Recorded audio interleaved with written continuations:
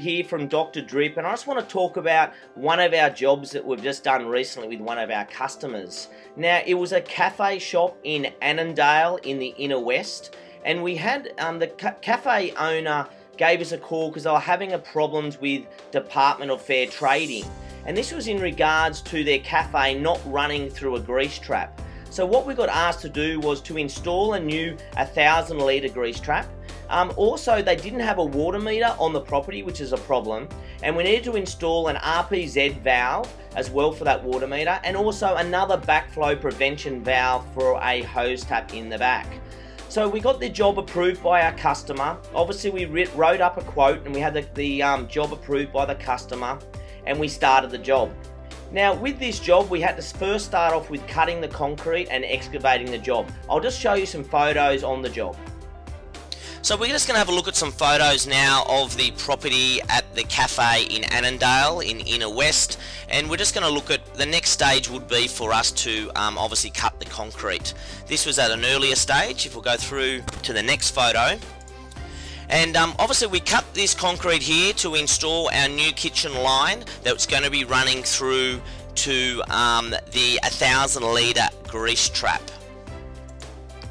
We've dug down approximately 1.5 metres to dig up all that soil and obviously to put in place the grease trap.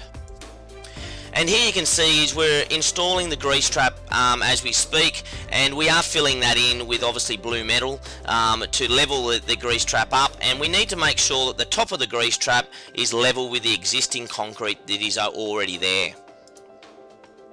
We've dug a line up the side of the property. You saw the photo earlier when before the before shot, but this is running along to the actual kitchen sink itself, which we're running that new line into the tank. The one thing you don't see there in the photos as well is the existing sewer line was running right through the middle of where the 1,000 litre grease trap needed to go. So we've needed to divert the existing sewer as well.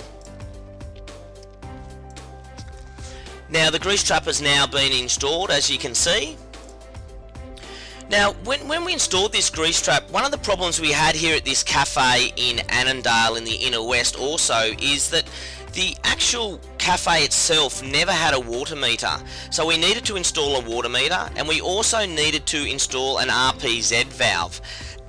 As I mentioned earlier, they received a letter of demand from Fair Trading that the cafe didn't have any safety requirements in regard to the RPZ valve and didn't have a grease arrestor, and this is why we're installing all these products today.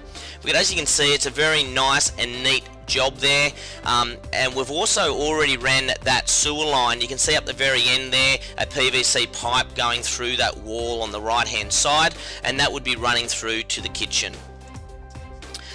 That's the trench that we're just talking about then, which is obviously being backfilled. I just want to point out also that we will go back, and there's some photos there of where we've concreted this job.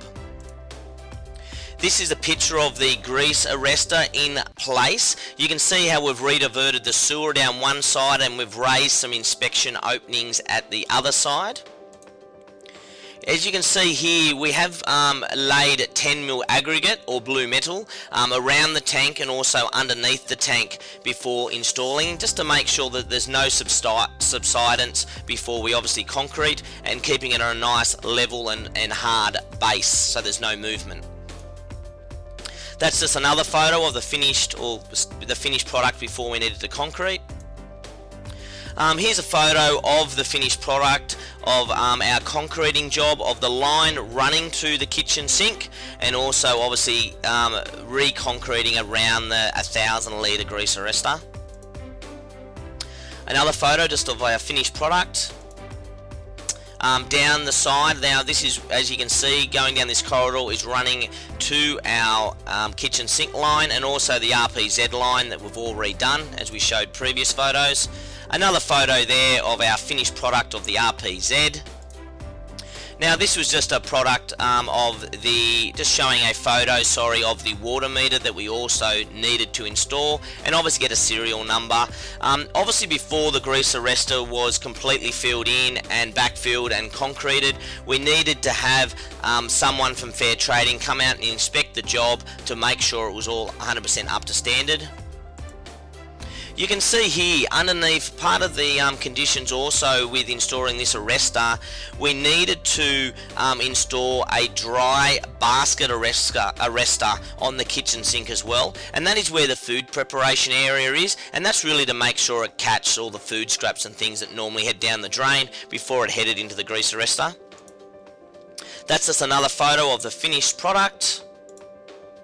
As you can see here, when you install a grease arrestor, there needs to be a tap, so when someone comes to pump out the grease arrestor, there's a tap that they can actually wash the tank down and the area down. Now it is very important, the RPZ valve that I showed you earlier, that is to protect the Sydney Water Board's main from obviously having any issues with backflow with the grease arrestor. Now this is a garden tap here, and there's actually an RPZ. I know that's hard to see this photo, but there's another RPZ valve behind that tree and that old seat there. And we needed to install that also because this is protecting the actual cafe itself from any backflow from when the guys are using the pump out of the grease arrestor. Another sign of the finished off product, and obviously the chef there inspecting our handiwork. Another finished product of how neat and tidy. As you can see here, this is certainly not one of our Dr. Drip staff in thongs. We always use metal steel cap boots by law, you need to, but this is the actual cafe owner himself, just inspecting the job, and obviously he was very happy with the end product. As you can see here, him just showing the end product. And obviously we needed to remove a lot of dirt from this job also, and you can see that was the access that we had to get through to the back of the cafe. We were very lucky that this garage part of the cafe gave us direct access to remove a lot of our rubble and dirt. Because we did use blue metal to fill that in, we obviously had to get rid of all that backfill. So as you can see, that's the end backfill. So I've just given you a bit of a rundown of installing an 1,000 litre grease trap, also installing some RPZ valves, a new garden meter. It was very interesting to know that a cafe existed in the inner west in Annandale and didn't have all those specifications. Obviously they were in a lot of trouble and they needed all this installed within a week. That's what we can do here at Dr. Drip. We can act very fast and make sure that we can obviously act within the laws with fair trading to install and make a very nice, tidy and clean job in regards to that. There was a lot of regulations that we needed to follow, which obviously we did. It was an extremely good job for us. The client was extremely happy, and I just hope that you guys can understand what it takes now to install a grease trap at a cafe here in Inner West in Annandale. So that's the end of the job, of our job in the Inner West in Annandale. I hope that helps you just understand what needed to be done for this cafe owner in Annandale in the Inner West. And I hope you got a bit of an understanding of what needs to be done with installing a grease arrestor and also with installing RPZ valves. Thanks for watching today, and look forward to showing you a lot more videos on what we do here at Dr. Drip.